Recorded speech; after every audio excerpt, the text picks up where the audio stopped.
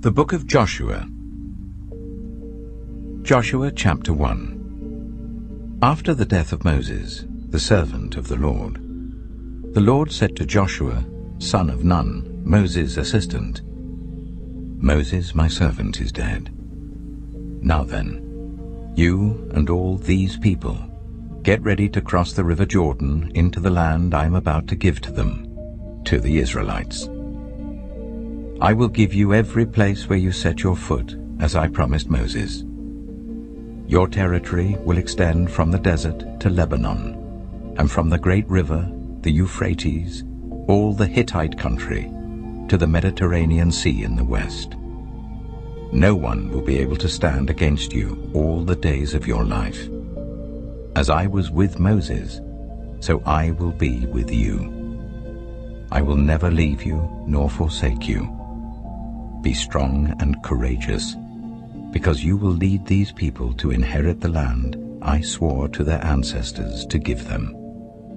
Be strong and very courageous. Be careful to obey all the law my servant Moses gave you. Do not turn from it to the right or to the left, that you may be successful wherever you go. Keep this book of the law always on your lips. Meditate on it day and night, so that you may be careful to do everything written in it. Then you will be prosperous and successful. Have I not commanded you? Be strong and courageous. Do not be afraid.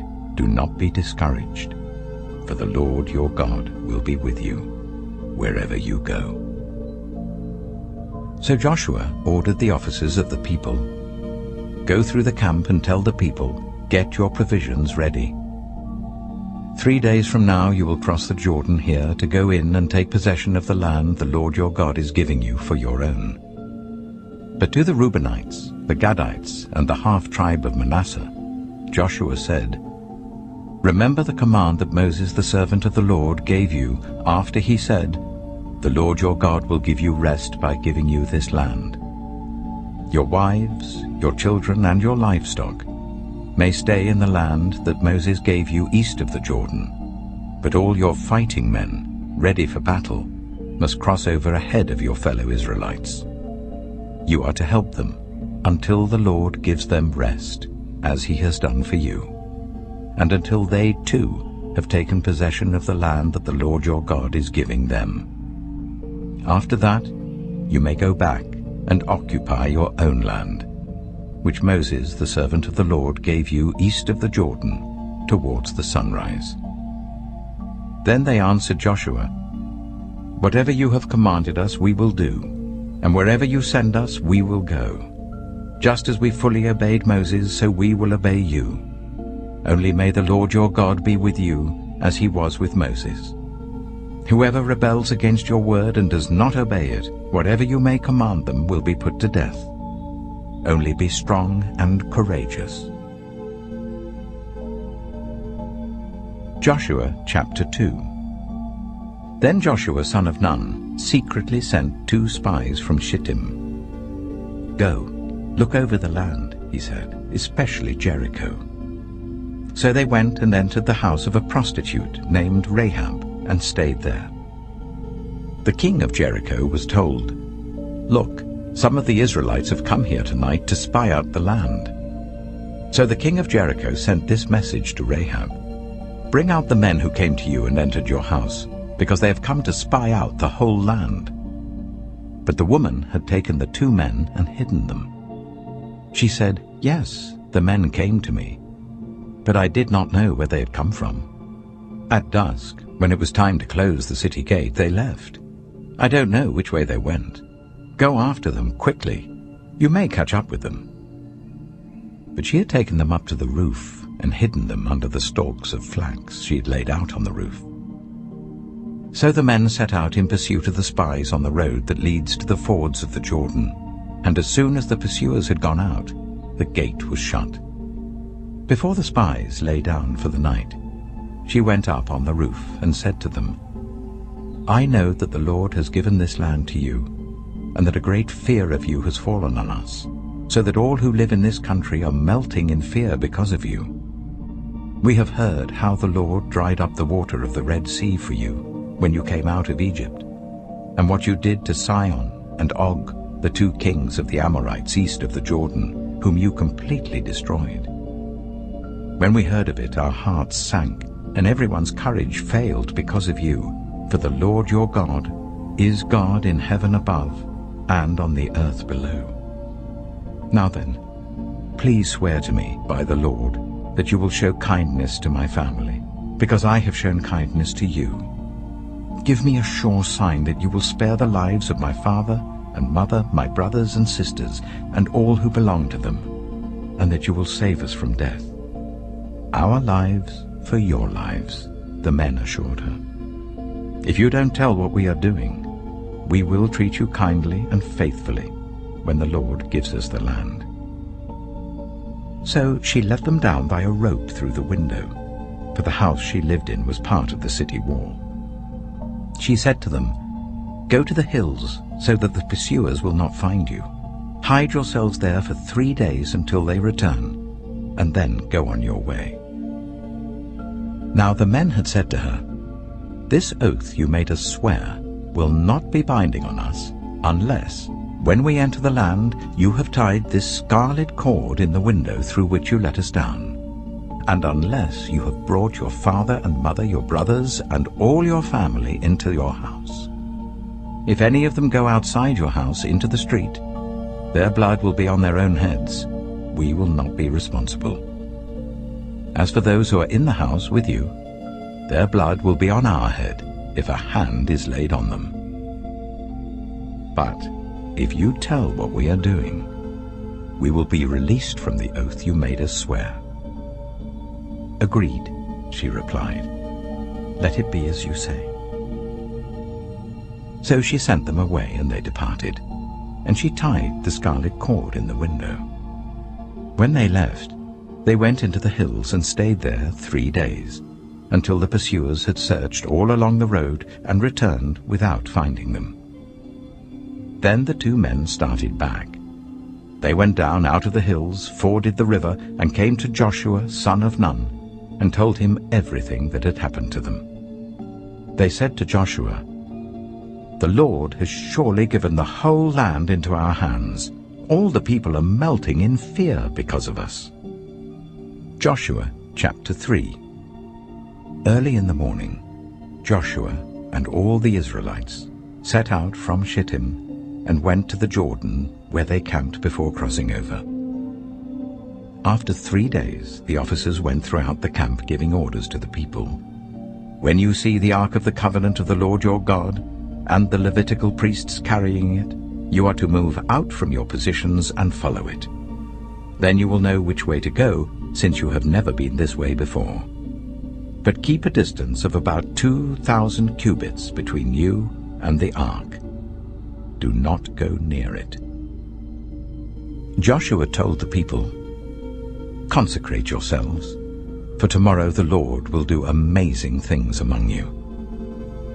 Joshua said to the priests, "Take up the Ark of the Covenant and pass on ahead of the people." So they took it up and went ahead of them. And the Lord said to Joshua, "Today I will begin to exalt you in the eyes of all Israel, so that they may know that I am with you, as I was with Moses. Tell the priests who carry the Ark of the Covenant, when you reach the edge of the Jordan's waters, go and stand in the river." Joshua said to the Israelites, "Come here and listen to the words of the Lord your God. This is how you will know that the living God is among you, and that he will certainly drive out before you the Canaanites, Hittites, Hivites, Perizzites, Girgashites, Amorites, and Jebusites. See, the Ark of the Covenant of the Lord of all the earth will go into the Jordan ahead of you. Now then, choose 12 men from the tribes of Israel, 1 from each tribe. And as soon as the priests who carry the Ark of the Lord of all the earth, set foot in the Jordan, its waters flowing downstream will be cut off and stand up in a heap." So when the people broke camp to cross the Jordan, the priests carrying the Ark of the Covenant went ahead of them. Now the Jordan is in flood all during harvest. Yet as soon as the priests who carried the ark reached the Jordan, and their feet touched the water's edge, the water from upstream stopped flowing. It piled up in a heap a great distance away at a town called Adam, in the vicinity of Zarethan, while the water flowing down to the sea of the Arabah, that is the Dead Sea, was completely cut off. So the people crossed over opposite Jericho.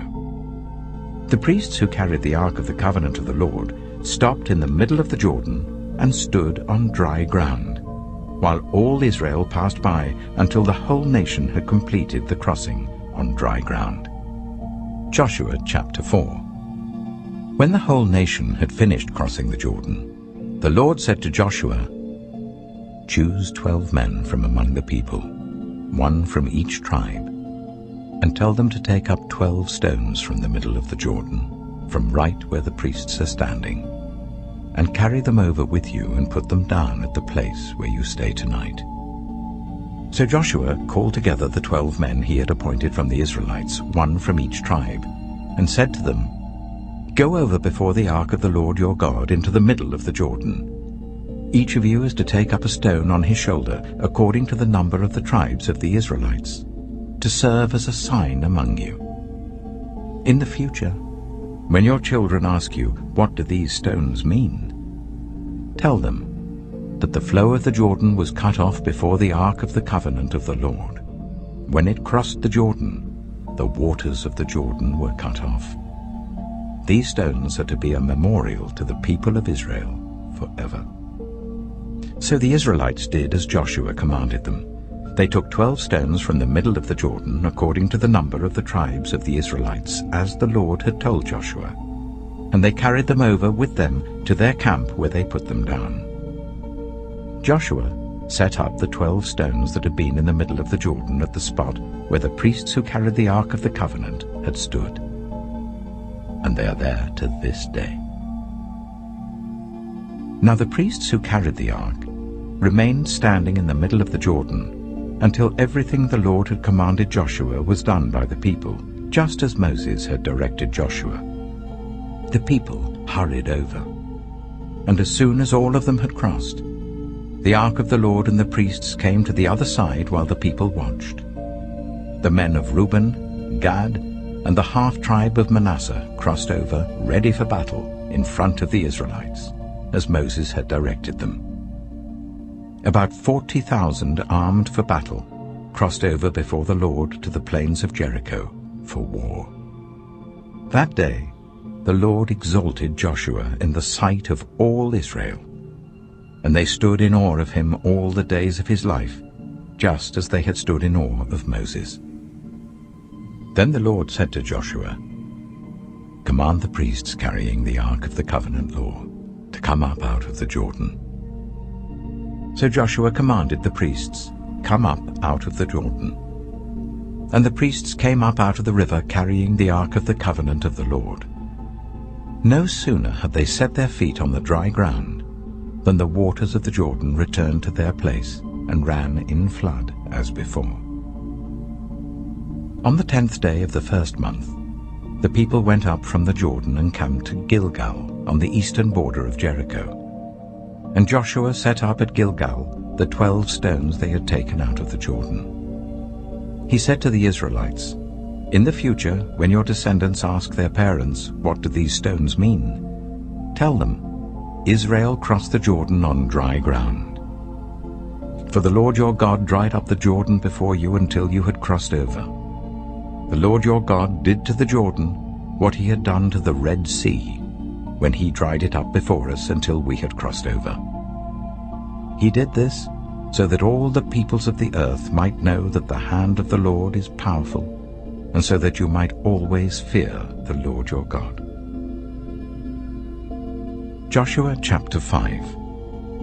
Now when all the Amorite kings west of the Jordan, and all the Canaanite kings along the coast, heard how the Lord had dried up the Jordan before the Israelites until they had crossed over, their hearts melted in fear, and they no longer had the courage to face the Israelites.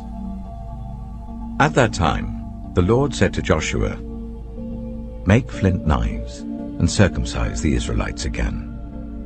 So Joshua made flint knives and circumcised the Israelites at Gibeah the Haraloth. Now this is why he did so. All those who came out of Egypt, all the men of military age, died in the wilderness on the way after leaving Egypt.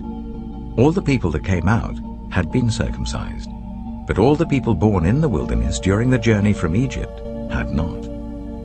The Israelites had moved about in the wilderness for 40 years, until all the men who were of military age when they left Egypt had died, since they had not obeyed the Lord.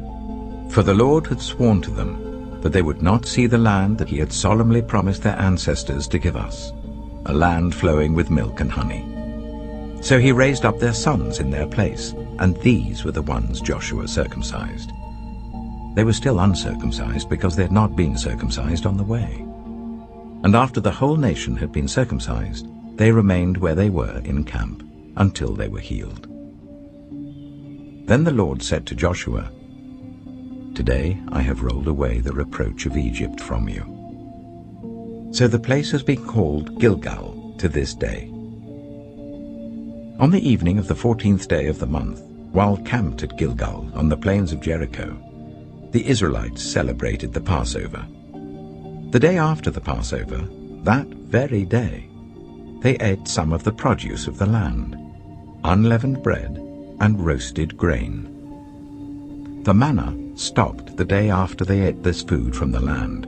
There was no longer any manna for the Israelites, but that year they ate the produce of Canaan. Now when Joshua was near Jericho, he looked up and saw a man standing in front of him with a drawn sword in his hand. Joshua went up to him and asked, "Are you for us or for our enemies?" "Neither," he replied, "but as commander of the army of the Lord I have now come." Then Joshua fell face down to the ground in reverence and asked him, "What message does my Lord have for his servant?"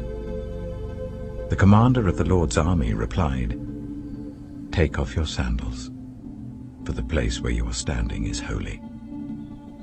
And Joshua did so. Joshua chapter 6. Now the gates of Jericho were securely barred because of the Israelites. No one went out and no one came in. Then the Lord said to Joshua, "See, I have delivered Jericho into your hands along with its king and its fighting men. March round the city once with all the armed men. Do this for 6 days. Make 7 priests carry trumpets of ram's horns in front of the ark. On the 7th day, march round the city 7 times with the priests blowing the trumpets. When you hear them sound a long blast on the trumpets, make the whole army give a loud shout. Then the wall of the city will collapse, and the army will go up, everyone straight in." So Joshua, son of Nun, called the priests and said to them, "Take up the ark of the covenant of the Lord and make 7 priests carry trumpets in front of it." And he ordered the army, "Advance, march round the city with an armed guard going ahead of the ark of the Lord." When Joshua had spoken to the people, the 7 priests carrying the 7 trumpets before the Lord went forwards, blowing their trumpets, and the ark of the Lord's covenant followed them. The armed guard marched ahead of the priests who blew the trumpets, and the rear guard followed the ark. All this time the trumpets were sounding. But Joshua had commanded the army, "Do not give a war cry, do not raise your voices, do not say a word until the day I tell you to shout. Then shout." So he had the ark of the Lord carried round the city, circling it once. Then the army returned to camp and spent the night there. Joshua got up early the next morning, and the priests took up the ark of the Lord. The 7 priests carrying the 7 trumpets went forwards, marching before the ark of the Lord and blowing the trumpets. The armed men went ahead of them, and the rear guard followed the ark of the Lord while the trumpets kept sounding. So on the 2nd day they marched round the city once and returned to the camp. They did this for 6 days. On the 7th day They got up at daybreak and marched round the city 7 times in the same manner, except that on that day they circled the city 7 times. The 7th time round, when the priests sounded the trumpet blast, Joshua commanded the army, "Shout, for the Lord has given you the city." The city and all that is in it are to be devoted to the Lord. Only Rahab the prostitute and all who are with her in her house shall be spared, because she hid the spies we sent. But keep away from the devoted things, so that you will not bring about your own destruction by taking any of them. Otherwise you will make the camp of Israel liable to destruction and bring trouble on it. All the silver and gold and the articles of bronze and iron are sacred to the Lord and must go into his treasury. When the trumpet sounded, the army shouted, and at the sound of the trumpet, when the men gave a loud shout, the wall collapsed. So everyone charged straight in, and they took the city. They devoted the city to the Lord, and destroyed with the sword every living thing in it, men and women, young and old, cattle, sheep, and donkeys.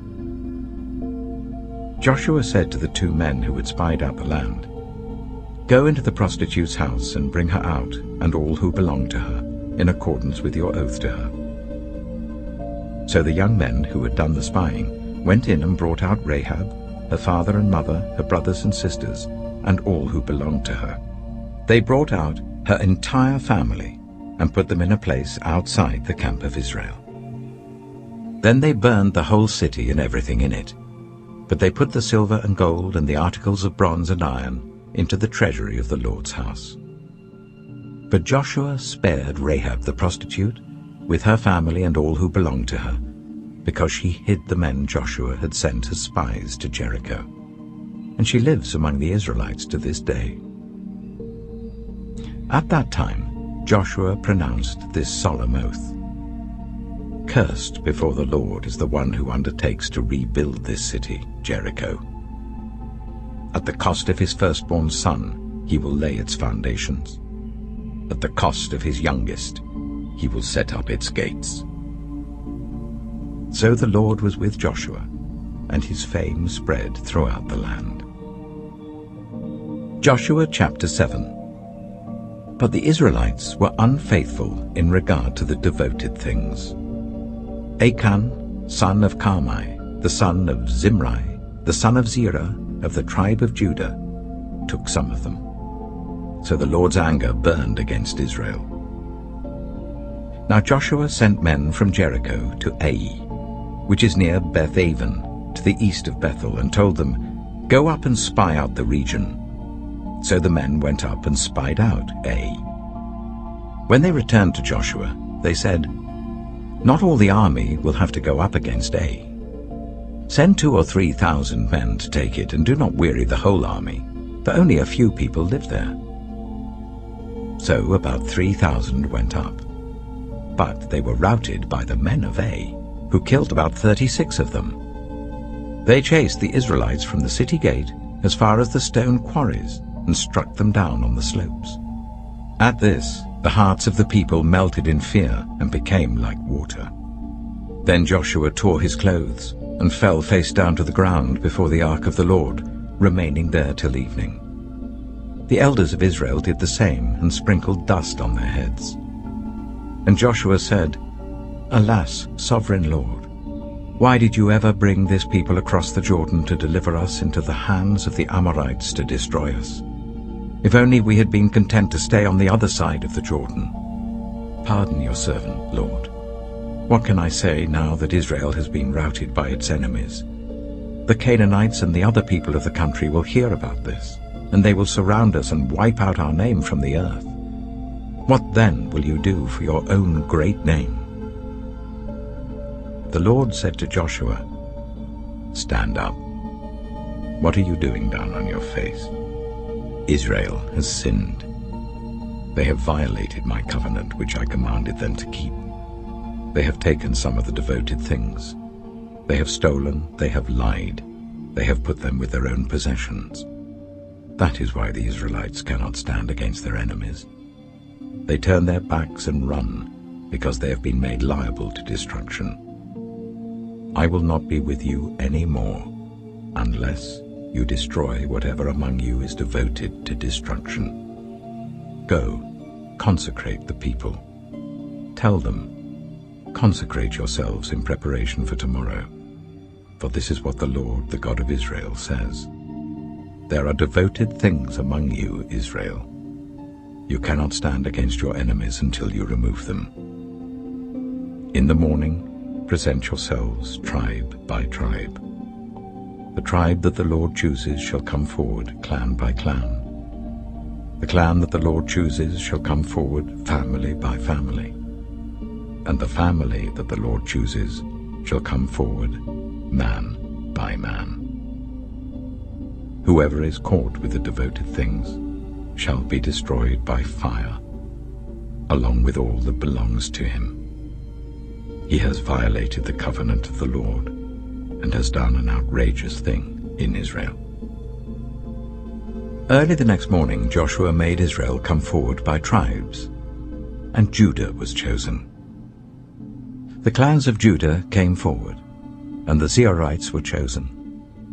He made the clan of the Zeorites come forward by families, and Zimri was chosen. Joshua made his family come forward man by man, and Achan, son of Carmi, the son of Zimri, the son of Zerah, of the tribe of Judah, was chosen. Then Joshua said to Achan, "My son, give glory to the Lord, the God of Israel, and honor him. Tell me what you have done. Do not hide it from me." Achan replied, "It is true. I have sinned against the Lord, the God of Israel. This is what I have done.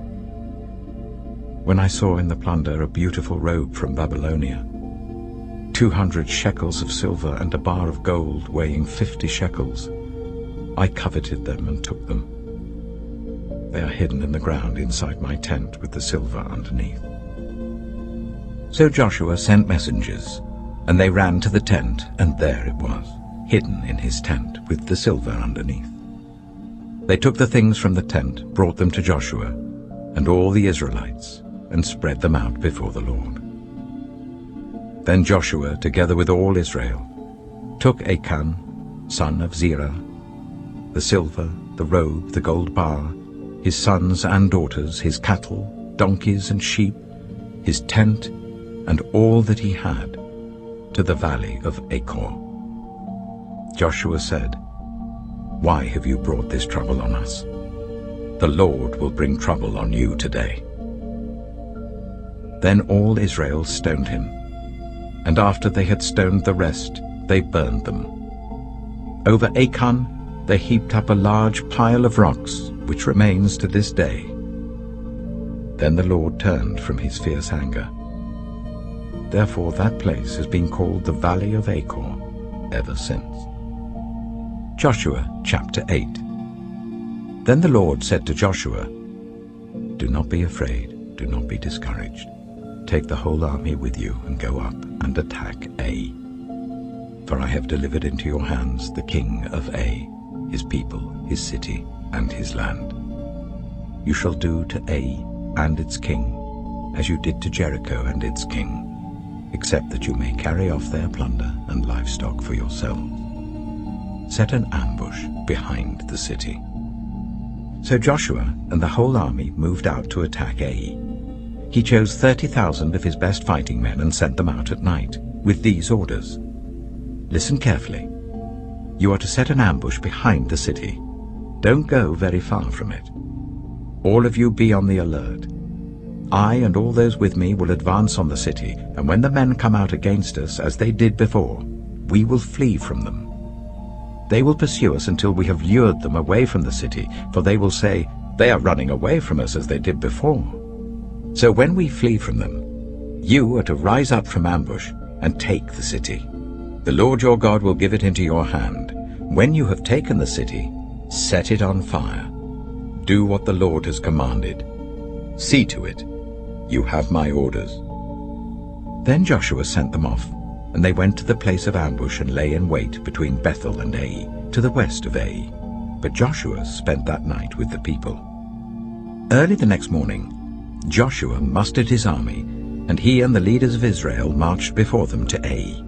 The entire force that was with him marched up and approached the city and arrived in front of it. They set up camp north of Ai, with the valley between them and the city. Joshua had taken about 5,000 men and set them in ambush between Bethel and Ai to the west of the city. So the soldiers took up their positions, with the main camp to the north of the city and the ambush to the west of it.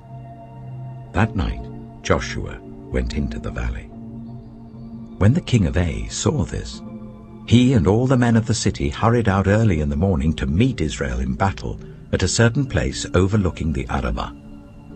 But he did not know that an ambush had been set against him behind the city.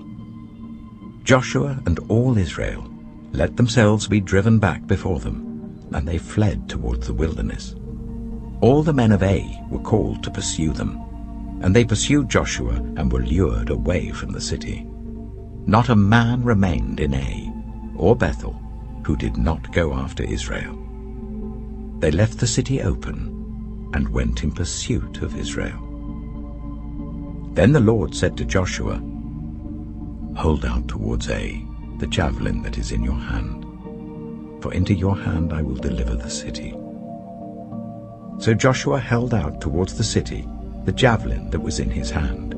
As soon as he did this, the men in the ambush rose quickly from their position and rushed forward. They entered the city and captured it and quickly set it on fire.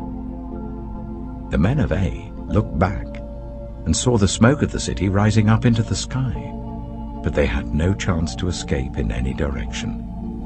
The Israelites who had been fleeing towards the wilderness had turned back against their pursuers. For when Joshua and all Israel saw that the ambush had taken the city, and that smoke was going up from the city, they turned round and attacked the men of Ai. Those in the ambush also came out of the city against them, so that they were caught in the middle with Israelites on both sides. Israel cut them down, leaving them neither survivors nor fugitives. But they took the king of Ai alive and brought him to Joshua.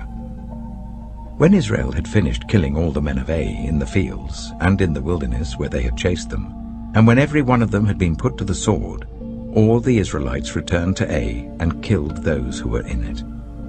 12,000 men and women fell that day, all the people of Ai. For Joshua did not draw back the hand that held out his javelin until he had destroyed all who lived in Ai. But Israel did carry off for themselves the livestock and plunder of this city, as the Lord had instructed Joshua. So Joshua burned Ai and made it a permanent heap of ruins, a desolate place to this day.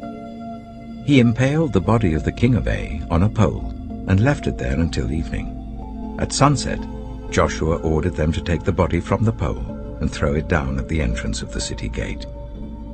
And they raised a large pile of rocks over it, which remains to this day. Then Joshua built on Mount Ebal an altar to the Lord, the God of Israel, as Moses the servant of the Lord had commanded the Israelites. He built it according to what is written in the book of the law of Moses, an altar of uncut stones, on which no iron tool had been used. On it they offered to the Lord burnt offerings and sacrificed fellowship offerings. There, in the presence of the Israelites, Joshua wrote on stones a copy of the law of Moses. All the Israelites, with their elders, officials, and judges, were standing on both sides of the Ark of the Covenant of the Lord, facing the Levitical priests who carried it. Both the foreigners living among them and the native-born were there. Half of the people stood in front of Mount Gerizim, and half of them in front of Mount Ebal, as Moses the servant of the Lord had formerly commanded, when he gave instructions to bless the people of Israel. Afterwards Joshua read all the words of the law, the blessings and the curses, just as it is written in the book of the law. There was not a word of all that Moses had commanded that Joshua did not read to the whole assembly of Israel, including the women and children and the foreigners who lived among them. Joshua chapter 9. Now when all the kings west of the Jordan heard about these things, the kings in the hill country, in the western foothills, and along the entire coast of the Mediterranean Sea as far as Lebanon, the kings of the Hittites, Amorites, Canaanites, Perizzites, Hivites, and Jebusites, they came together to wage war against Joshua and Israel. However, when the people of Gibeon heard what Joshua had done to Jericho and Ai, they resorted to a ruse. They went as a delegation whose donkeys were loaded with worn-out sacks and old wineskins, cracked and mended. They put worn and patched sandals on their feet and wore old clothes. All the bread of their food supply was dry and mouldy. Then they went to Joshua in the camp at Gilgal and said to him and the Israelites, "We have come from a distant country. Make a treaty with us." The Israelites said to the Hivites, "But perhaps you live near us, so how can we make a treaty with you?" "Well, we are your servants," they said to Joshua. But Joshua asked, "Who are you, and where do you come from?" They answered, "Your servants have come from a very distant country because of the fame of the Lord your God. For we have heard reports of him, all that he did in Egypt, and all that he did to the 2 kings of the Amorites east of the Jordan, Sihon king of Heshbon, and Og king of Bashan, who reigned in Ashtaroth. And our elders and all those living in our country said to us, 'Take provisions for your journey, go and meet them and say to them, "We are your servants, make a treaty with us." This bread of ours was warm when we packed it at home on the day we left to come to you. But now see how dry and mouldy it is. And these wineskins that we filled were new, but see how cracked they are. And our clothes and sandals are worn out by the very long journey." The Israelites sampled their provisions, but did not inquire of the Lord. Then Joshua made a treaty of peace with them to let them live, and the leaders of the assembly ratified it by oath. 3 days after they made the treaty with the Gibeonites, the Israelites heard that they were neighbors, living near them. So the Israelites set out, and on the 3rd day came to their cities, Gibeon, Kephirah, Beeroth, and Kiriath-Jearim. But the Israelites did not attack them, because the leaders of the assembly had sworn an oath to them by the Lord, the God of Israel.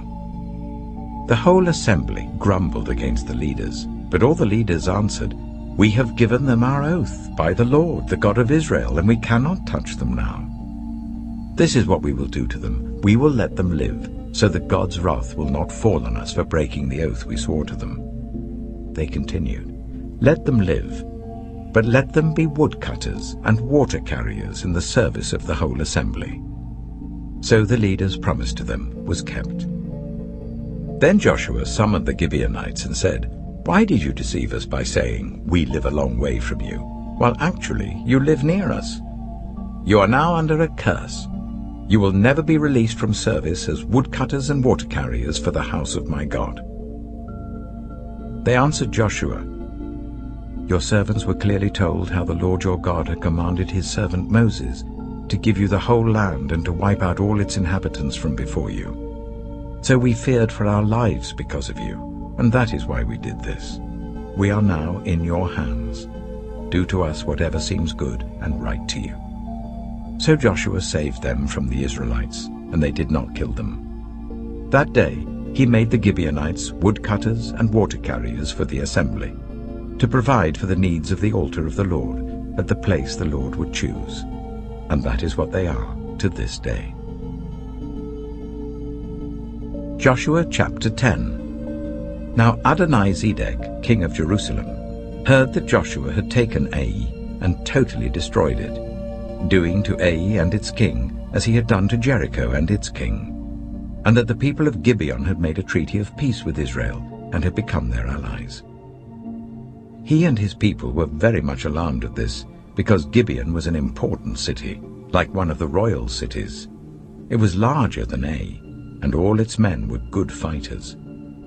So Adonai-Zedek, king of Jerusalem, appealed to Hoham, king of Hebron, Piram, king of Jarmuth, Japhiah, king of Lachish, and Debir, king of Eglon. "Come up and help me attack Gibeon," he said. because it has made peace with Joshua and the Israelites. Then the 5 kings of the Amorites, the kings of Jerusalem, Hebron, Jarmuth, Lachish, and Eglon, joined forces. They moved up with all their troops and took up positions against Gibeon and attacked it. The Gibeonites then sent word to Joshua in the camp at Gilgal, "Do not abandon your servants. Come up to us quickly and save us. Help us, because all the Amorite kings from the hill country have joined forces against us." So Joshua marched up from Gilgal with his entire army, including all the best fighting men. The Lord said to Joshua, "Do not be afraid of them. I have given them into your hand. Not one of them will be able to withstand you." After an all-night march from Gilgal, Joshua took them by surprise. The Lord threw them into confusion before Israel.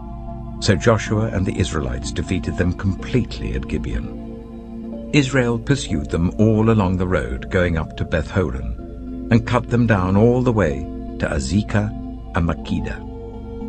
As they fled before Israel on the road down from Beth-horon to Azekah, the Lord hurled large hailstones down on them, and more of them died from the hail than were killed by the swords of the Israelites. On the day the Lord gave the Amorites over to Israel, Joshua said to the Lord in the presence of Israel, "Sun, stand still over Gibeon, and you, moon, over the valley of Ajalon." So the sun stood still, and the moon stopped, till the nation avenged itself on its enemies, as it is written in the book of Jasher. The sun stopped in the middle of the sky and delayed going down about a full day. There has never been a day like it before or since, a day when the Lord listened to a human being. Surely the Lord was fighting for Israel. Then Joshua returned with all Israel to the camp at Gilgal. Now the 5 kings had fled and hidden in the cave at Makkedah. When Joshua was told that the 5 kings had been found hiding in the cave at Makkedah, he said, "Roll large rocks up to the mouth of the cave and post some men there to guard it. But don't stop. Pursue your enemies. Attack them from the rear, and don't let them reach their cities, for the Lord your God has given them into your hand." So Joshua and the Israelites defeated them completely, but a few survivors managed to reach their fortified cities. The whole army then returned safely to Joshua in the camp at Makkedah, and no one uttered a word against the Israelites. Joshua said, "Open the mouth of the cave and bring those 5 kings out to me." So they brought the 5 kings out of the cave, the kings of Jerusalem, Hebron, Jarmuth, Lachish, and Eglon. When they had brought these kings to Joshua, he summoned all the men of Israel and said to the army commanders who had come with him, "Come here and put your feet on the necks of these kings." So they came forward and placed their feet on their necks. Joshua said to them, "Do not be afraid, do not be discouraged. Be strong and courageous. This is what the Lord will do to all the enemies you are going to fight." Then Joshua put the kings to death and exposed their bodies on 5 poles, and they were left hanging on the poles until evening. At sunset, Joshua gave the order, and they took them down from the poles and threw them into the cave where they had been hiding. At the mouth of the cave, they placed large rocks, which are there to this day. That day, Joshua took Makkedah. He put the city and its king to the sword and totally destroyed everyone in it. He left no survivors. And he did to the king of Makkedah as he had done to the king of Jericho. Then Joshua and all Israel with him moved on from Makkedah to Libnah and attacked it. The Lord also gave that city and its king into Israel's hand. The city and everyone in it Joshua put to the sword. He left no survivors there, and he did to its king as he had done to the king of Jericho. Then Joshua and all Israel with him moved on from Libnah to Lachish. He took up positions against it and attacked it. The Lord gave Lachish into Israel's hands, and Joshua took it on the 2nd day. The city and everyone in it he put to the sword, just as he had done to Libnah. Meanwhile, Horam, king of Gezer, had come up to help Lachish, but Joshua defeated him and his army until no survivors were left. Then Joshua and all Israel with him moved on from Lachish to Eglon. They took up positions against it and attacked it. They captured it that same day and put it to the sword and totally destroyed everyone in it, just as they had done to Lachish. Then Joshua and all Israel with him went up from Eglon to Hebron and attacked it. They took the city and put it to the sword together with its king, its villages, and everyone in it. They left no survivors. Just as at Eglon, they totally destroyed it and everyone in it. Then Joshua and all Israel with him turned round and attacked Debir. They took the city, its king, and its villages and put them to the sword. Everyone in it they totally destroyed. They left no survivors. They did to Debir and its king as they had done to Libnah and its king, and to Hebron. So Joshua subdued the whole region, including the hill country, the Negev, the western foothills, and the mountain slopes, together with all their kings. He left no survivors. He totally destroyed all who breathed, just as the Lord, the God of Israel, had commanded. Joshua subdued them from Kadesh Barnea to Gaza, and from the whole region of Goshen to Gibeon. All these kings and their lands Joshua conquered in one campaign, because the Lord, the God of Israel, fought for Israel. Then Joshua returned with all Israel to the camp at Gilgal. Joshua chapter 11. When Jabin, king of Hazor, heard of this, he sent word to Jobab, king of Madon, to the kings of Shimron and Akshaph, and to the northern kings who were in the mountains in the Arabah south of Kinnereth, in the western foothills, and in Naphoth Dor on the west. To the Canaanites in the east and west, to the Amorites, Hittites, Perizzites, and Jebusites in the hill country, and to the Hivites below Hermon in the region of Mizpah. They came out with all their troops, and a large number of horses and chariots, a huge army, as numerous as the sand on the seashore. All these kings joined forces and made camp together at the waters of Merom to fight against Israel. The Lord said to Joshua, "Do not be afraid of them, because by this time tomorrow I will hand all of them slain over to Israel. You are to hamstring their horses and burn their chariots." So Joshua and his whole army came against them suddenly at the waters of Merom and attacked them, and the Lord gave them into the hand of Israel. They defeated them and pursued them all the way to Greater Sidon, to Misrephoth Maim, and to the valley of Mizpah on the east, until no survivors were left. Joshua did to them as the Lord had directed. He hamstrung their horses and burned their chariots. At that time, Joshua turned back and captured Hazor and put its king to the sword. Hazor had been the head of all these kingdoms. Everyone in it they put to the sword. They totally destroyed them, not sparing anyone that breathed, and he burned Hazor itself. Joshua took all these royal cities and their kings and put them to the sword. He totally destroyed them, as Moses, the servant of the Lord, had commanded. Yet Israel did not burn any of the cities built on their mounds, except Hazor, which Joshua burned. The Israelites carried off for themselves all the plunder and livestock of these cities, but all the people they put to the sword, until they completely destroyed them, not sparing anyone that breathed. As the Lord commanded his servant Moses, so Moses commanded Joshua, and Joshua did it. He left nothing undone of all that the Lord commanded Moses. So Joshua took this entire land, the hill country, all the Negev, the whole region of Goshen, the western foothills, the Arabah, and the mountains of Israel with their foothills, from Mount Halak, which rises towards Seir, to Baal-Gad in the valley of Lebanon below Mount Hermon. He captured all their kings and put them to death. Joshua waged war against all these kings for a long time. Except for the Hivites living in Gibeon, not one city made a treaty of peace with the Israelites, who took them all in battle. For it was the Lord himself who hardened their hearts to wage war against Israel, so that he might destroy them totally, exterminating them without mercy, as the Lord had commanded Moses. At that time Joshua went and destroyed the Anakites from the hill country, from Hebron Debir, and Anab, from all the hill country of Judah and from all the hill country of Israel. Joshua totally destroyed them and their towns. No Anakites were left in Israelite territory.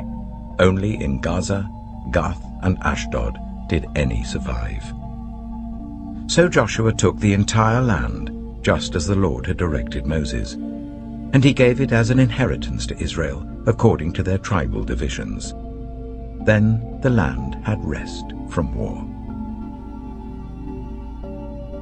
Joshua chapter 12. These are the kings of the land whom the Israelites had defeated, and whose territory they took over east of the Jordan, from the Arnon Gorge to Mount Hermon, including all the eastern side of the Arabah. Sihon, king of the Amorites, who reigned in Heshbon. He ruled from Aroer on the rim of the Arnon Gorge, from the middle of the gorge to the river Jabbok, which is the border of the Ammonites. This included half of Gilead. He also ruled over the eastern Arabah, from the Sea of Galilee to the Sea of Arabah, that is the Dead Sea, to Beth Jeshimoth, and then southward below the slopes of Pisgah. And the territory of Og, king of Bashan, one of the last of the Rephaites, who reigned in Ashtaroth and Edrei. He ruled over Mount Hermon, Salakah, all of Bashan, to the border of the people of Geshur and Maacah, and half of Gilead to the border of Sihon, king of Heshbon. Moses, the servant of the Lord, and the Israelites conquered them. And Moses, the servant of the Lord, gave their land to the Reubenites, the Gadites, and the half-tribe of Manasseh, to be their possession. Here is a list of the kings of the land that Joshua and the Israelites conquered on the west side of the Jordan, from Baal-Gad in the valley of Lebanon to Mount Halak, which rises towards Seir. Joshua gave their lands as an inheritance to the tribes of Israel according to their tribal divisions. The lands included the hill country, the western foothills, the Arabah, the mountain slopes, the wilderness, and the Negev. These were the lands of the Hittites, Amorites, Canaanites, Perizzites, Hivites, and Jebusites. These were the kings. The king of Jericho, 1. The king of Ai, near Bethel, 1. The king of Jerusalem, 1. The king of Hebron, 1. The king of Jarmuth, 1. The king of Lachish, 1. The king of Eglon, 1. The king of Gezer, 1. The king of Debir, 1. The king of Gede, 1. The king of Hormah, 1. The king of Arad, 1. The king of Libnah, 1. The king of Adullam, 1. The king of Makkedah, 1. The king of Bethel, 1. The king of Tappuah, 1. The king of Hepher, 1. The king of Aphek, 1. The king of Lasharon, 1. The king of Madon, 1. The king of Hazor, 1. The king of Shimron-Meron, 1. The king of Akshaph, 1. The king of Teanach, 1. The king of Megiddo, 1. The king of Kedesh, 1. The king of Jokneam in Carmel, 1. The king of Dor in Naphoth-Dor, 1. The king of Goyim in Gilgal, 1. The king of Tirzah, 1. 31 kings in all. Joshua chapter 13. When Joshua had grown old, the Lord said to him, "You are now very old, and there are still very large areas of land to be taken over. This is the land that remains, all the regions of the Philistines and Geshurites, from the river Shihor on the east of Egypt to the territory of Ekron in the north, all of it counted as Canaanite, though held by 5 Philistine rulers in Gaza, Ashdod, Ashkelon, Gath, and Ekron, the territory of the Avites on the south, all the land of the Canaanites, from Arah of the Sidonians, as far as Aphek and the border of the Amorites, the area of Byblos, and all Lebanon to the east, from Baal-Gad below Mount Hermon to Lebo-Hamath. As for all the inhabitants of the mountain regions from Lebanon to Misrephoth-Maim, that is all the Sidonians, I myself will drive them out before the Israelites. Be sure to allocate this land to Israel for an inheritance as I have instructed you.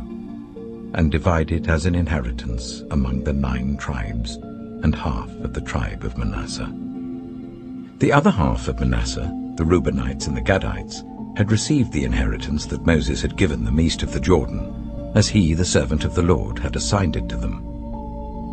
It extended from Aroer on the rim of the Arnon Gorge, and from the town in the middle of the gorge, and included the whole plateau of Medeba as far as Dibon, and all the towns of Sihon, king of the Amorites, who ruled in Heshbon, out to the border of the Ammonites. It also included Gilead, the territory of the people of Geshur, and Maacah, all of Mount Hermon, and all Bashan, as far as Salakah. That is, the whole kingdom of Og in Bashan, who had reigned in Ashtaroth and Edrei. He was the last of the Rephaites. Moses had defeated them and taken over their land, but the Israelites did not drive out the people of Geshur and Maacah, so they continue to live among the Israelites to this day. But to the tribe of Levi he gave no inheritance, since the food offerings presented to the Lord, the God of Israel, are their inheritance as he promised them. This is what Moses had given to the tribe of Reuben according to its clans. The territory from Aroer on the rim of the Arnon Gorge, and from the town in the middle of the gorge, and the whole plateau past Medeba to Heshbon, and all its towns on the plateau, including Dibon, Bamoth Baal, Beth Baal Meon, Jehaz, Kedemoth, Mephaath, Kiriathaim, Sibmah, Zereth Shehar on the hill in the valley, Beth Peor, the slopes of Pisgah, and Beth Jeshimoth, all the towns on the plateau, and the entire realm of Sihon, king of the Amorites, who ruled at Heshbon. Moses had defeated him and the Midianite chiefs, Evi, Rechem, Zur, Hur, and Reba, princes allied with Sihon, who lived in that country. In addition to those slain in battle, the Israelites had put to the sword Balaam son of Beor, who practiced divination. The boundary of the Reubenites was the bank of the Jordan. These towns and their villages were the inheritance of the Reubenites according to their clans. This is what Moses had given to the tribe of Gad according to its clans. The territory of Jazer, all the towns of Gilead and half the Ammonite country, as far as Aroer near Rabbah, and from Heshbon to Ramath Mizpah and Betonim, and from Mahanaim to the territory of Debir. And in the valley, Beth-Haram, Beth-Nimrah, Succoth, and Zaphon with the rest of the realm of Sihon, king of Heshbon, the east side of the Jordan, the territory up to the end of the Sea of Galilee. These towns and their villages were the inheritance of the Gadites according to their clans. This is what Moses had given to the half-tribe of Manasseh, that is, to half the family of the descendants of Manasseh according to its clans. The territory extending from Mahanaim and including all of Bashan, the entire realm of Og, king of Bashan, all the settlements of Jair in Bashan, 60 towns, half of Gilead and Ashtaroth and Edrei, the royal cities of Og in Bashan. This was for the descendants of Machir, son of Manasseh, for half of the sons of Machir according to their clans. This is the inheritance Moses had given when he was in the plains of Moab, across the Jordan east of Jericho. But to the tribe of Levi, Moses had given no inheritance. The Lord, the God of Israel, is their inheritance, as he promised them. Joshua chapter 14. Now these are the areas the Israelites received as an inheritance in the land of Canaan, which Eleazar the priest, Joshua son of Nun, and the heads of the tribal clans of Israel allotted to them. Their inheritances were assigned by lot to the 9½ tribes, as the Lord had commanded through Moses. Moses had granted the 2½ tribes their inheritance east of the Jordan, but had not granted the Levites an inheritance among the rest. For Joseph's descendants had become 2 tribes, Manasseh and Ephraim. The Levites received no share of the land, but only towns to live in, with pasture lands for their flocks and herds. So the Israelites divided the land, just as the Lord had commanded Moses. Now the people of Judah approached Joshua at Gilgal, and Caleb, son of Jephunneh the Kenizzite, said to him, "You know what the Lord said to Moses, the man of God, at Kadesh Barnea about you and me. I was 40 years old when Moses, the servant of the Lord, sent me from Kadesh Barnea to explore the land. And I brought him back a report according to my convictions. But my fellow Israelites who went up with me made the hearts of the people sink. I, however, followed the Lord my God wholeheartedly. So on that day Moses swore to me, 'The land on which your feet have walked will be your inheritance, and that of your children forever, because you have followed the Lord my God wholeheartedly.' Now then, just as the Lord promised, he has kept me alive for 45 years since the time he said this to Moses, while Israel moved about in the wilderness. So here I am today, 85 years old. I am still as strong today as the day Moses sent me out. I'm just as vigorous to go out to battle now as I was then. Now give me this hill country that the Lord promised me that day. You yourself heard then that the Anakites were there, and their cities were large and fortified. But the Lord helping me, I will drive them out just as he said." Then Joshua blessed Caleb, son of Jephunneh, and gave him Hebron as his inheritance. So Hebron has belonged to Caleb, son of Jephunneh the Kenizzite, ever since, because he followed the Lord, the God of Israel, wholeheartedly. Hebron used to be called Kiriath Arba, after Arba, who was the greatest man among the Anakites. Then the land had rest from war. Joshua chapter 15.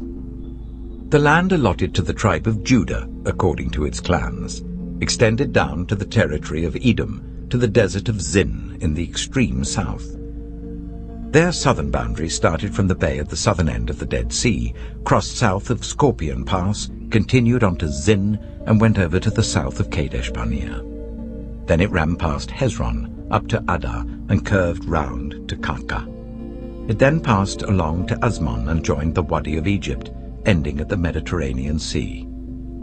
This is their southern boundary.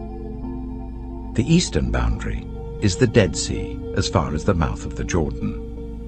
The northern boundary started from the bay of the sea at the mouth of the Jordan, went up to Beth Hoglah, and continued north of Beth Arabah to the stone of Bohan, son of Reuben. The boundary then went up to Debir from the valley of Achor, and turned north to Gilgal, which faces the pass of Adamim, south of the gorge.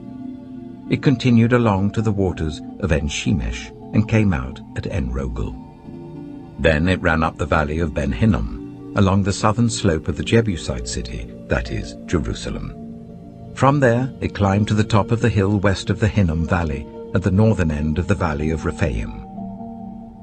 From the hilltop, the boundary headed towards the spring of the waters of Nephtoah, came out of the towns of Mount Ephron, and went down towards Baalah, that is, Kiriath Jearim. Then it curved westward from Baalah to Mount Seir, ran along the northern slope of Mount Jearim, that is, Kesalon, continued down to Beth Shemesh, and crossed to Timnah. It went to the northern slope of Ekron, turned towards Shikkeron, passed along to Mount Baalah, and reached Jabneel. The boundary ended at the sea. The western boundary is the coastline of the Mediterranean Sea. These are the boundaries around the people of Judah by their clans. In accordance with the Lord's command to him, Joshua gave to Caleb, son of Jephunneh, a portion in Judah, Kiriath Arba, that is, Hebron. Arba was the forefather of Anak. From Hebron, Caleb drove out the three Anakites, Shishai, Ahiman, and Talmai, the sons of Anak. From there he marched against the people living in Debir, formerly called Kiriath Sephir, and Caleb said, "I will give my daughter Aksah in marriage to the man who attacks and captures Kiriath Sephir." Othniel, son of Kenaz, Caleb's brother, took it. So Caleb gave his daughter Aksah to him in marriage. One day when she came to Othniel, she urged him to ask her father for a field. When she got off her donkey, Caleb asked her, "What can I do for you?" She replied, "Do me a special favor. Since you have given me land in the Negev, give me also springs of water." So Caleb gave her the upper and lower springs. This is the inheritance of the tribe of Judah, according to its clans. The southernmost towns of the tribe of Judah in the Negev towards the boundary of Edom were Kabzeel, Eder, Jagar, Kaina, Dimona, Adada, Kedesh, Hazor, Ithnan, Ziph, Telem, Bealoth, Hazor Hadattah, Karioth Hezron, that is Hazor, Ammon, Shema, Malada, Hazagada, Heshmon, Beth Pelet, Hazar Shual, Beersheba, Baiziothia, Baalah, Lethem, Ezem, El Tolad, Kizel, Hormah, Ziklag, Madmana, Sansana, Lebaoth, Shilhim, Ain, and Rimmon, a total of 29 towns and their villages. In the western foothills, Eshtaol, Zorah, Ashna, Zanoah, and Ganim, Tapua, Enam, Jarmuth, Adullam, Soko, Asika, Shearaim, Adithaim, and Gedera, or Gederothaim, 14 towns and their villages. Zenan, Hadashah, Migdal-Gad, Dilian, Mizpah, Joktheel, Lachish, Bozkath, Eglon, Kabon, Lamas, Kitlish, Gederoth, Beth-Dagon, Neamah, and Makkedah, 16 towns and their villages. Libnah, Ether, Ashan, Iptha, Ashna, Nizib, Keilah, Aksib, and Marisha, 9 towns and their villages. Ekron, with its surrounding settlements and villages. West of Ekron, all that were in the vicinity of Ashdod, together with their villages. Ashdod, its surrounding settlements and villages, and Gaza, its settlements and villages as far as the Wadi of Egypt and the coastline of the Mediterranean Sea. In the hill country, Shemi, Jata, Soka, Dana, Kiriath Sana, that is Dibir, Anab, Eshtemo, Ainim, Goshan, Holon, and Gilo, 11 towns and their villages. Arab, Duma, Ishan, Janim, Beth Tapua, Afika, Hamtar, Kiriath Arba, that is Hebron, and Zior, 9 towns and their villages. Maon, Carmel, Ziph, Jata, Jezreel, Yokdeam, Zanoah, Kain, Gibeah, and Timnah, 10 towns and their villages. Halchul, Beth-zur, Jidor, Meerath, Beth-Anoth, and Eltekon, 6 towns and their villages. Kiriath Baal, that is Kiriath Jearim, and Rabbah, 2 towns and their villages.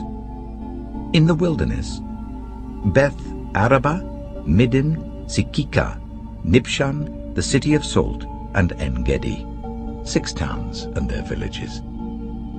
Judah could not dislodge the Jebusites who were living in Jerusalem. To this day, the Jebusites live there with the people of Judah. Joshua chapter 16. The land allotted to Joseph began at the Jordan east of the springs of Jericho, and went up from there through the desert into the hill country of Bethel. It went on from Bethel, that is Luz, crossed over to the territory of the Arkites in Ataroth, descended westwards to the territory of the Japhletites as far as the region of Lower Beth-horon, and on to Gezer, ending at the Mediterranean Sea. So Manasseh and Ephraim, the descendants of Joseph, received their inheritance. This was the territory of Ephraim according to its clans. The boundary of their inheritance went from Ataroth-Addar in the east to Upper Beth-horon and continued to the Mediterranean Sea. From Mikmethath on the north, it curved eastward to Taanath-Shiloh, passing by it to Genoa on the east. Then it went down from Genoa to Ataroth and Nearah, touched Jericho, and came out of the Jordan. From Tapua, the border went west to the Keah ravine and ended at the Mediterranean Sea. This was the inheritance of the tribe of the Ephraimites, according to its clans. It also included all the towns and their villages that were set aside for the Ephraimites within the inheritance of the Manassites. They did not dislodge the Canaanites living in Gezer. To this day, the Canaanites live among the people of Ephraim, but are required to do forced labor. Joshua chapter 17. This was the land allotted to the tribe of Manasseh as Joseph's firstborn, that is, for Machir, Manasseh's firstborn. Machir was the ancestor of the Gileadites, who had received Gilead and Bashan because the Machirites were great soldiers. So this land was allotted to the rest of the people of Manasseh. The clans of Abiezer, Helek, Azriel, Shechem, Hepher, and Shemaiah. These are the other male descendants of Manasseh, son of Joseph by their clans. Now Zelophehad, son of Hepher, the son of Gilead, the son of Machir, the son of Manasseh, had no sons but only daughters, whose names were Mahlah, Noah, Hoglah, Milcah, and Tirzah. They went to Eleazar the priest, Joshua son of Nun, and the leaders, and said, "The Lord commanded Moses to give us an inheritance amongst our relatives." So Joshua gave them an inheritance along with the brothers of their father, according to the Lord's command.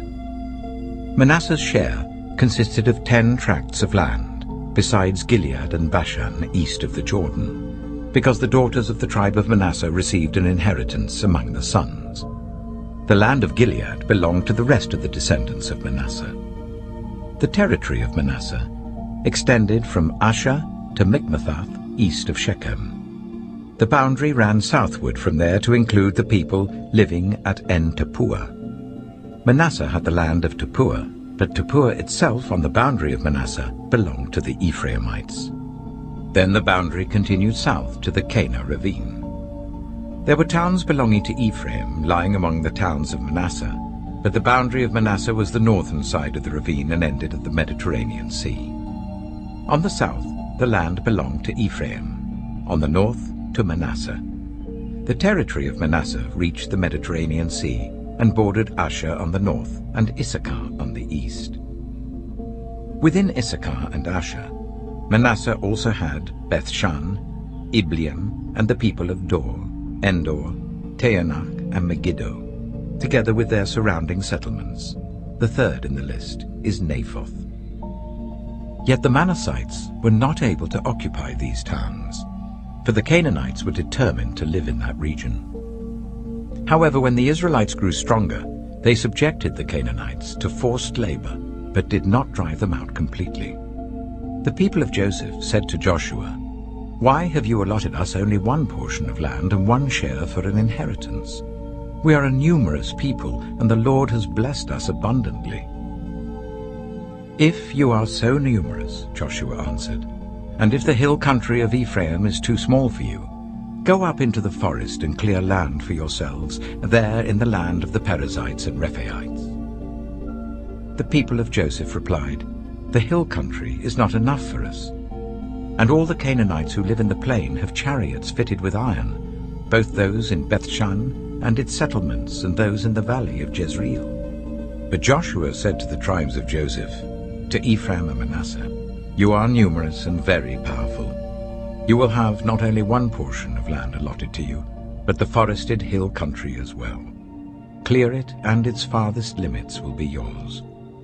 Though the Canaanites have chariots fitted with iron, and though they are strong, you can drive them out."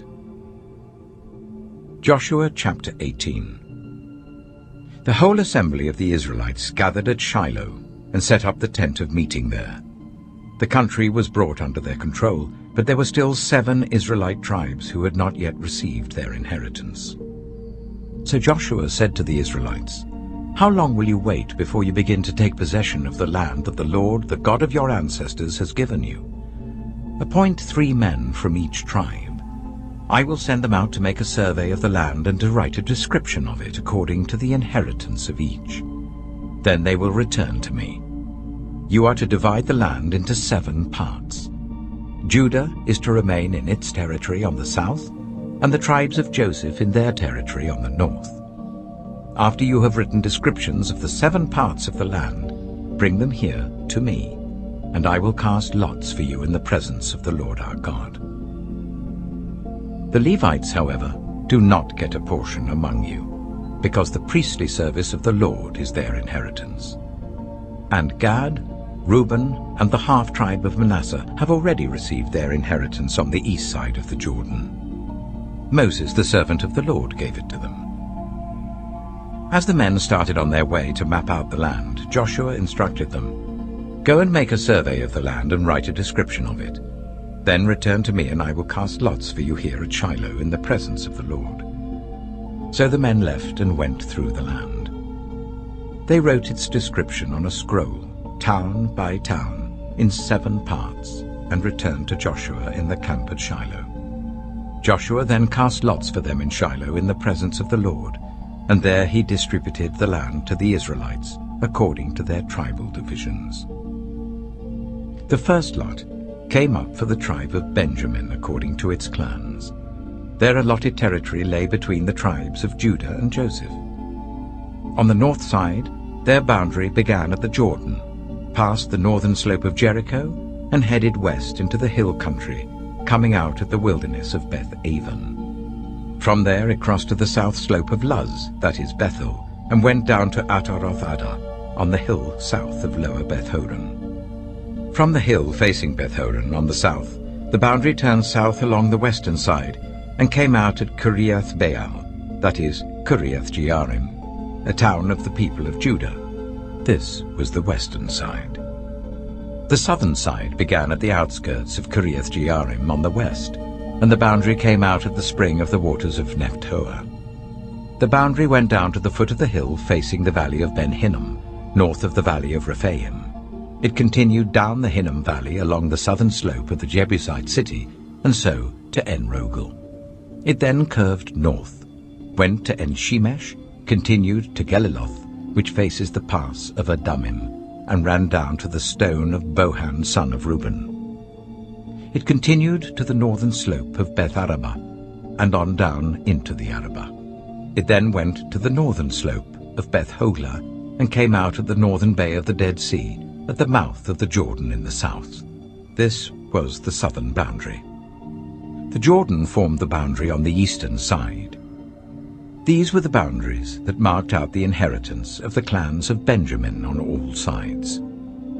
The tribe of Benjamin, according to its clans, had the following cities: Jericho, Beth-hoglah, Emek-keziz, Beth-arabah, Zimraim, Bethel, Avim, Para, Ophrah, Kepha-ammoni, Ophni, and Geba, 12 towns and their villages. Gibeon, Ramah, Beeroth, Mizpah, Kephirah, Motzah, Rechem, Erpiel, Tarala, Zelah, Haeleph, the Jebusite city, that is Jerusalem, Gibeah and Kiriath, 14 towns and their villages. This was the inheritance of Benjamin for its clans. Joshua chapter 19. The second lot came out for the tribe of Simeon according to its clans. Their inheritance lay within the territory of Judah. It included Beersheba, or Sheba, Meleda, Hazashuel, Bala, Itzem, Eltolad, Bethel, Hormah, Ziklag, Beth-marcaboth, Hazazuzah, Beth-lebaoth, and Sharuhen, 13 towns and their villages. Ain, Rimmon, Ether, and Ashon, 4 towns and their villages, and all the villages around these towns as far as Baalath-beer, Ramah in the Negev. This was the inheritance of the tribe of the Simeonites according to its clans. The inheritance of the Simeonites was taken from the share of Judah, because Judah's portion was more than they needed.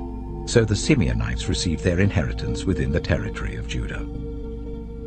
The third lot came up for Zebulun according to its clans. The boundary of their inheritance went as far as Sarid. Going west, it ran to Maralah, touched Jabesheth, and extended to the ravine near Jokneam. It turned east from Sarid towards the sunrise to the territory of Kisloth-Tabor, and went on to Dabarath and up to Japhiah. Then it continued eastward to Gath-hepher and Eth-kazin. It came out at Rimmon and turned towards Neah. There the boundary went round on the north to Hanathon and ended at the valley of Iptha-el. Included were Kataph, Nahalal, Shimron, Idalah, and Bethlehem. There were 12 towns and their villages. These towns and their villages were the inheritance of Zebulun according to its clans. The fourth lot came out for Issachar according to its clans. Their territory included Jezreel, Kesaloth, Shunem, Hapharaim, Shion, Anharath, Rabbith, Kishion, Ebeth, Remeth, Enganim, Enhada, and Beth Pazez. The boundary touched Tabor, Shahazuma, and Beth Shemesh, and ended at the Jordan. There were 16 towns and their villages. These towns and their villages were the inheritance of the tribe of Issachar according to its clans. The fifth lot came out for the tribe of Asher according to its clans. Their territory included Helkath, Halai, Beaton, Akshaph, Alamelech, Amad, and Mishal. On the west, the boundary touched Carmel and Shihor-Libnath. It then turned east towards Beth-Dagon, touched Zebulun and the valley of Ittha'el, and went north to Beth-Emek and Nahiel, passing Kabul on the left.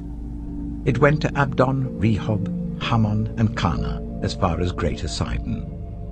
The boundary then turned back towards Ramah and went to the fortified city of Tyre, turned towards Hussah, and came out of the Mediterranean Sea in the region of Akzib, Ammah, Aphek, and Rehob. There were 22 towns and their villages.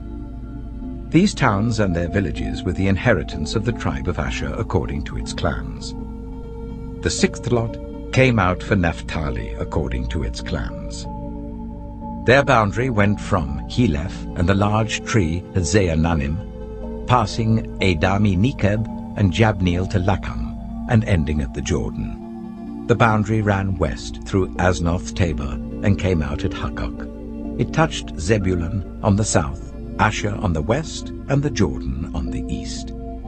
The fortified cities were Ziddim, Zer, Hamath, Rakath, Kinnereth, Adama, Ramah, Hazor, Kedesh, Edrei, En-Hazor, Iron, Migdal-El, Horem, Beth-Anath, and Beth-Shemesh. There were 19 towns and their villages.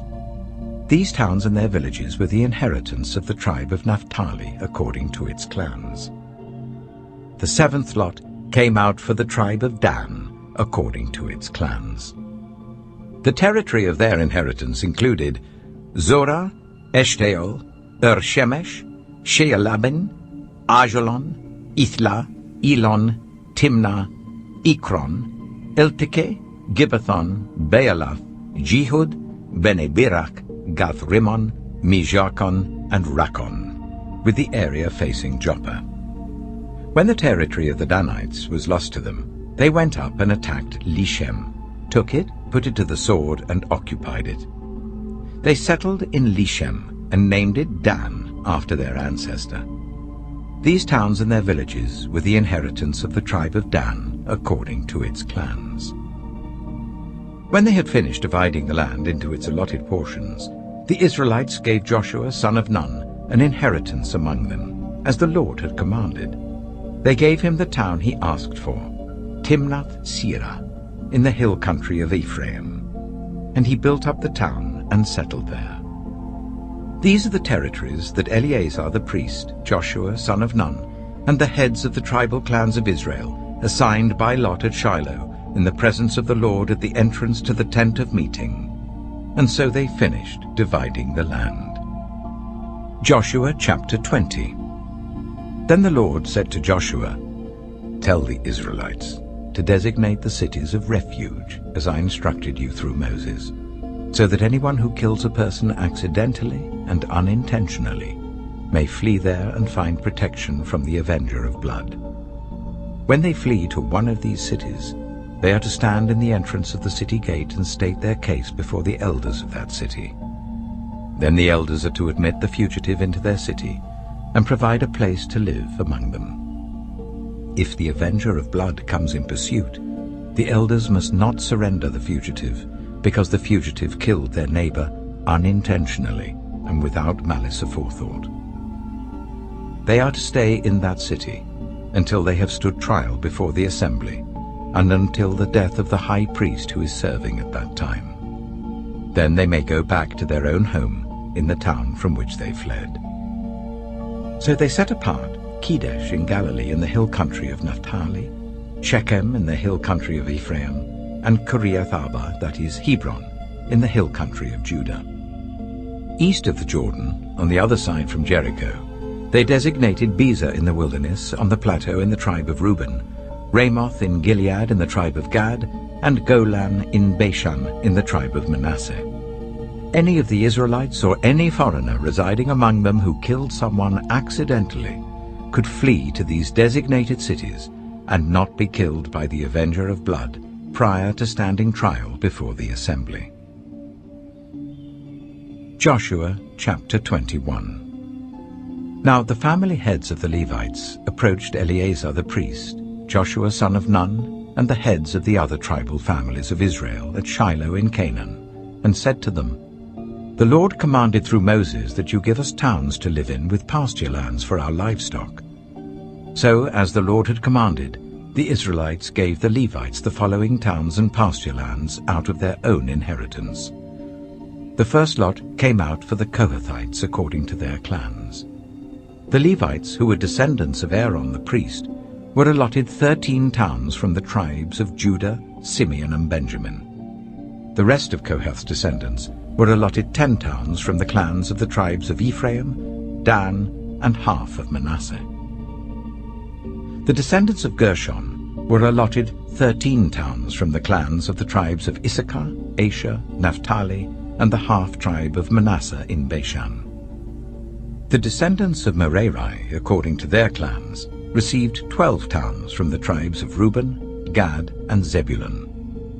So the Israelites allotted to the Levites these towns and their pasture lands, as the Lord had commanded through Moses. From the tribes of Judah and Simeon, they allotted the following towns by name. These towns were assigned to the descendants of Aaron, who were from the Kohathite clans of the Levites, because the first lot fell to them. They gave them Kiriath Arba, that is, Hebron, with its surrounding pasture land in the hill country of Judah. Arba was the forefather of Anak. But the fields and villages around the city they had given to Caleb, son of Jephunneh, as his possession. So to the descendants of Aaron the priest they gave Hebron, a city of refuge for one accused of murder, Libnah, Jattir, Eshtemoa, Holon, Debir, Ain, Jatta, and Beth Shemesh, together with their pasture lands.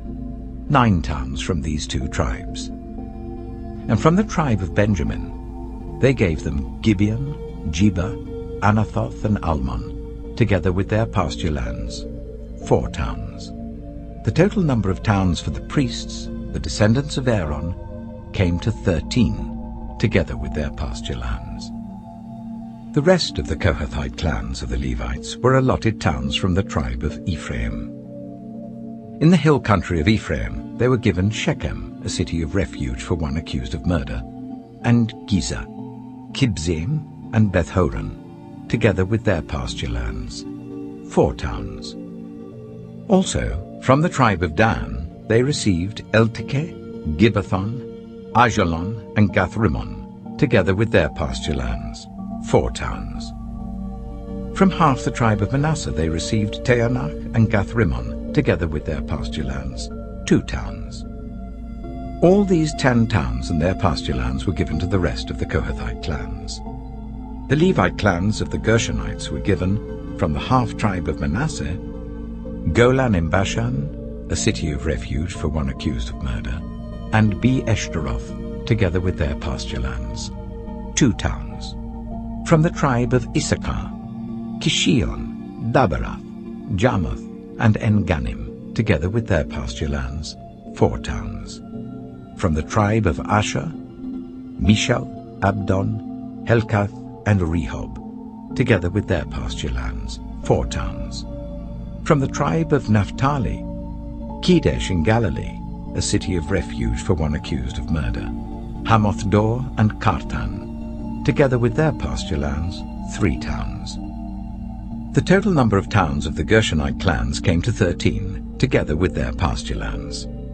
The Merarite clans, the rest of the Levites, were given from the tribe of Zebulun, Jokneam, Karta, Dimnah, and Nahalal, together with their pasture lands, 4 towns. From the tribe of Reuben, Bezer, Jehaz, Kedemoth, and Mephaath, together with their pasture lands, 4 towns.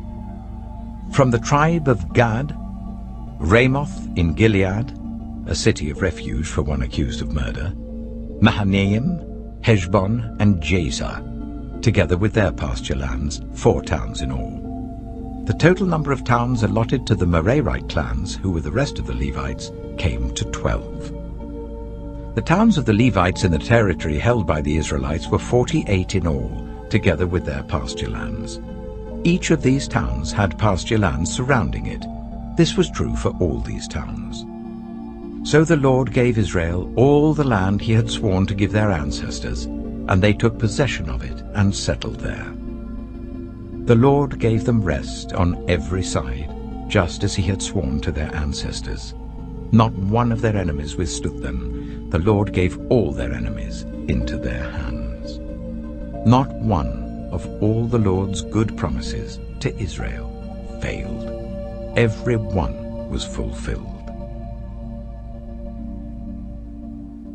Joshua chapter 22. Then Joshua summoned the Reubenites, the Gadites, and the half-tribe of Manasseh, and said to them, "You have done all that Moses, the servant of the Lord, commanded, and you have obeyed me in everything I commanded. For a long time now, to this very day, you have not deserted your fellow Israelites, but have carried out the mission the Lord your God gave you. Now that the Lord your God has given them rest as he promised, return to your homes in the land that Moses, the servant of the Lord, gave you on the other side of the Jordan. But be very careful to keep the commandment and the law that Moses, the servant of the Lord, gave you. To love the Lord your God, to walk in obedience to him, to keep his commands, to hold fast to him, and to serve him with all your heart and with all your soul." Then Joshua blessed them and sent them away, and they went to their homes. To the half-tribe of Manasseh, Moses had given land in Bashan, and to the other half of the tribe Joshua gave land on the west side of the Jordan along with their fellow Israelites. When Joshua sent them home, he blessed them, saying, "Return to your homes with your great wealth, with large herds of livestock, with silver, gold, bronze, and iron, and a great quantity of clothing, and divide the plunder from your enemies with your fellow Israelites." So the Reubenites, the Gadites, and the half-tribe of Manasseh left the Israelites at Shiloh in Canaan to return to Gilead, their own land, which they had acquired in accordance with the command of the Lord through Moses. When they came to Geliloth, near the Jordan in the land of Canaan, the Reubenites, the Gadites, and the half-tribe of Manasseh built an imposing altar there by the Jordan. And when the Israelites heard that they had built the altar on the border of Canaan at Geliloth, near the Jordan on the Israelite side, the whole assembly of Israel gathered at Shiloh to go to war against them.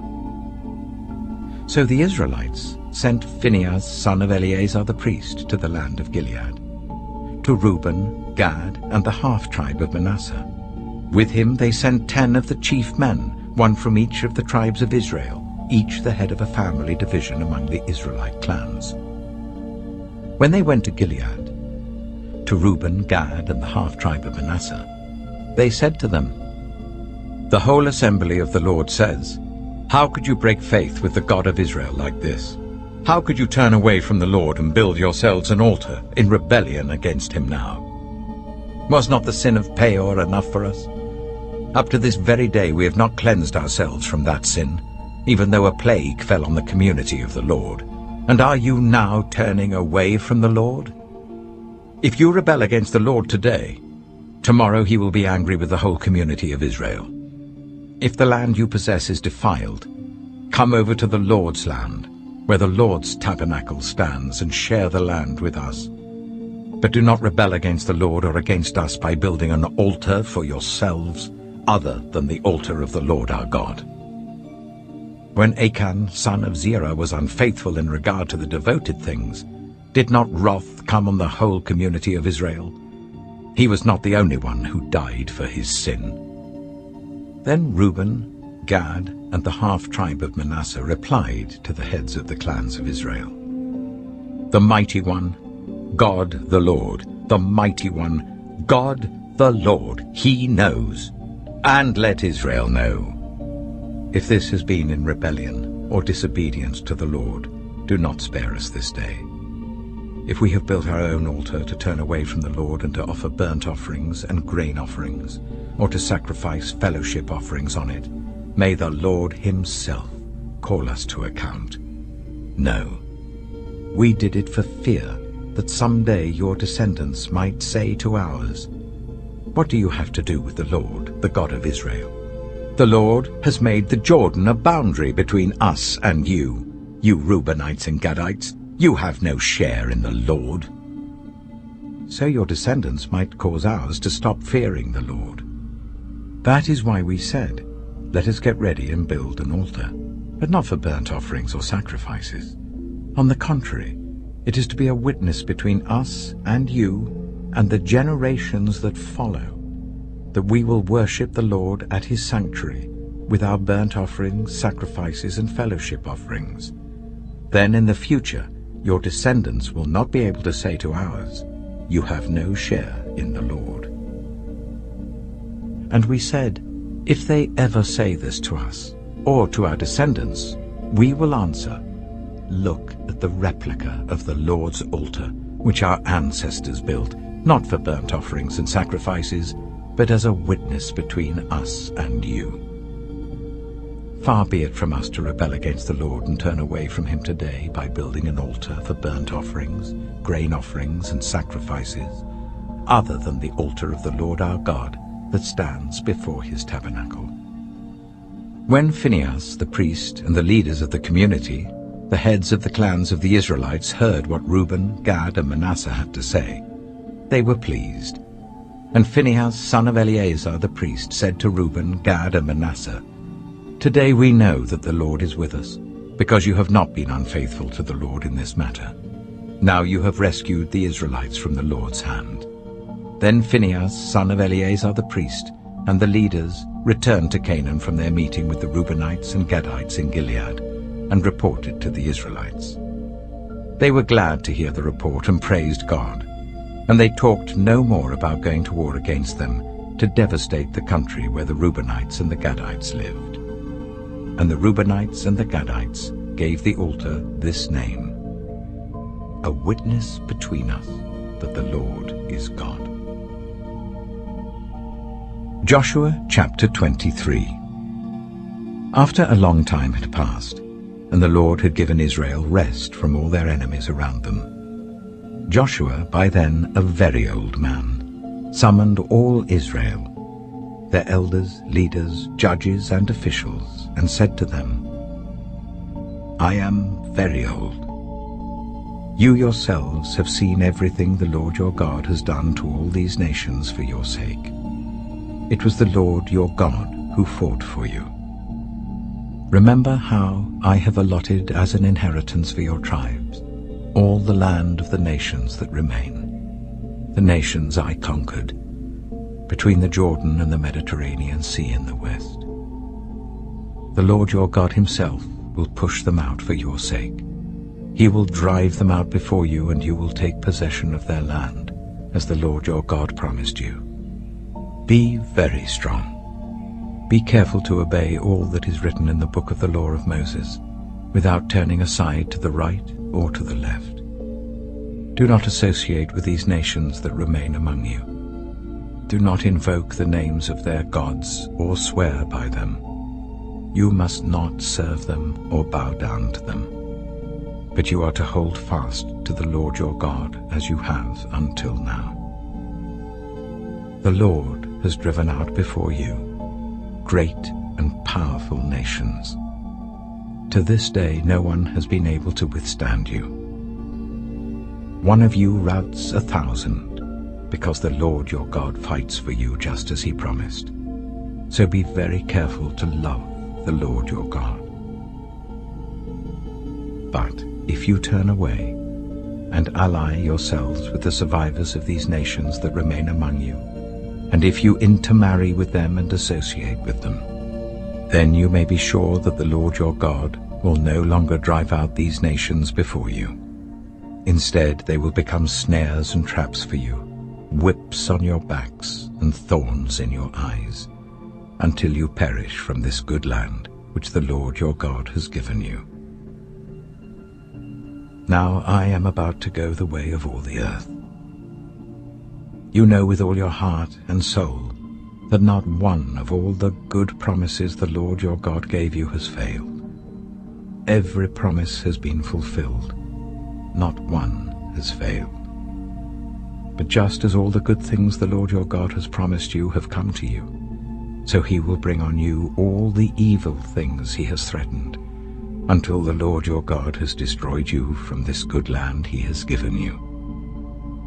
If you violate the covenant of the Lord your God which he commanded you, and go and serve other gods and bow down to them, the Lord's anger will burn against you, and you will quickly perish from the good land he has given you.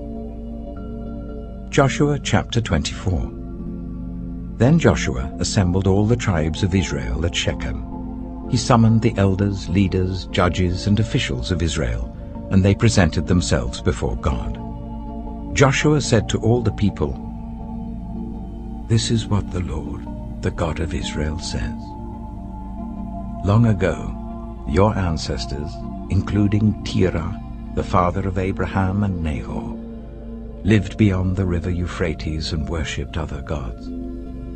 But I took your father Abraham from the land beyond the Euphrates and led him throughout Canaan and gave him many descendants. I gave him Isaac, and to Isaac I gave Jacob and Esau. I assigned the hill country of Seir to Esau, but Jacob and his family went down to Egypt. Then I sent Moses and Aaron, and I afflicted the Egyptians by what I did there, and I brought you out. When I brought your people out of Egypt, you came to the sea, and the Egyptians pursued them with chariots and horsemen as far as the Red Sea. But they cried to the Lord for help, and he put darkness between you and the Egyptians. He brought the sea over them and covered them. You saw with your own eyes what I did to the Egyptians. Then you lived in the wilderness for a long time. I brought you to the land of the Amorites who lived east of the Jordan. They fought against you, but I gave them into your hands. I destroyed them from before you, and you took possession of their land. When Balak, son of Zippor, the king of Moab, prepared to fight against Israel, he sent for Balaam, son of Beor, to put a curse on you. But I would not listen to Balaam, so he blessed you again and again, and I delivered you out of his hand. Then you crossed the Jordan and came to Jericho. The citizens of Jericho fought against you, as did also the Amorites, Perizzites, Canaanites, Hittites, Girgashites, Hivites, and Jebusites. But I gave them into your hands. I sent the hornet ahead of you, which drove them out before you, also the 2 Amorite kings. You did not do it with your own sword and bow. So I gave you a land on which you did not toil, and cities you did not build, and you live in them and eat from vineyards and olive groves that you did not plant. Now fear the Lord and serve him with all faithfulness. Throw away the gods your ancestors worshipped beyond the river Euphrates and in Egypt, and serve the Lord. But if serving the Lord seems undesirable to you, then choose for yourselves this day whom you will serve, whether the gods your ancestors served beyond the Euphrates, or the gods of the Amorites in whose land you are living. But as for me and my household, we will serve the Lord." Then the people answered, "Far be it from us to forsake the Lord to serve other gods. It was the Lord our God himself who brought us and our parents up out of Egypt, from that land of slavery, and performed those great signs before our eyes. He protected us on our entire journey and among all the nations through which we traveled. And the Lord drove out before us all the nations, including the Amorites who lived in the land. We too will serve the Lord, because he is our God." Joshua said to the people, "You are not able to serve the Lord. He is a holy God. He is a jealous God. He will not forgive your rebellion and your sins. If you forsake the Lord and serve foreign gods, he will turn and bring disaster on you and make an end of you, after he has been good to you." But the people said to Joshua, "No, we will serve the Lord." Then Joshua said, "You are witnesses against yourselves that you have chosen to serve the Lord." "Yes, we are witnesses," they replied. "Now then," said Joshua, "throw away the foreign gods that are among you, and yield your hearts to the Lord, the God of Israel." And the people said to Joshua, "We will serve the Lord our God and obey him." On that day Joshua made a covenant for the people, and there at Shechem he reaffirmed for them decrees and laws. And Joshua recorded these things in the book of the law of God. Then he took a large stone and set it up there under the oak near the holy place of the Lord. "See," he said to all the people, "this stone will be a witness against us. It has heard all the words the Lord has said to us. It will be a witness against you if you are untrue to your God." Then Joshua dismissed the people, each to their own inheritance. After these things, Joshua, son of Nun, the servant of the Lord, died at the age of 110. And they buried him in the land of his inheritance, at Timnath-Serah, in the hill country of Ephraim, north of Mount Gaash. Israel served the Lord throughout the lifetime of Joshua and of the elders who outlived him and who had experienced everything the Lord had done for Israel. And Joseph's bones, which the Israelites had brought up from Egypt, were buried at Shechem in the tract of land that Jacob bought for 100 pieces of silver from the sons of Hamor, the father of Shechem. This became the inheritance of Joseph's descendants. And Eleazar, son of Aaron, died and was buried at Gibeah, which had been allotted to his son Phinehas in the hill country of Ephraim.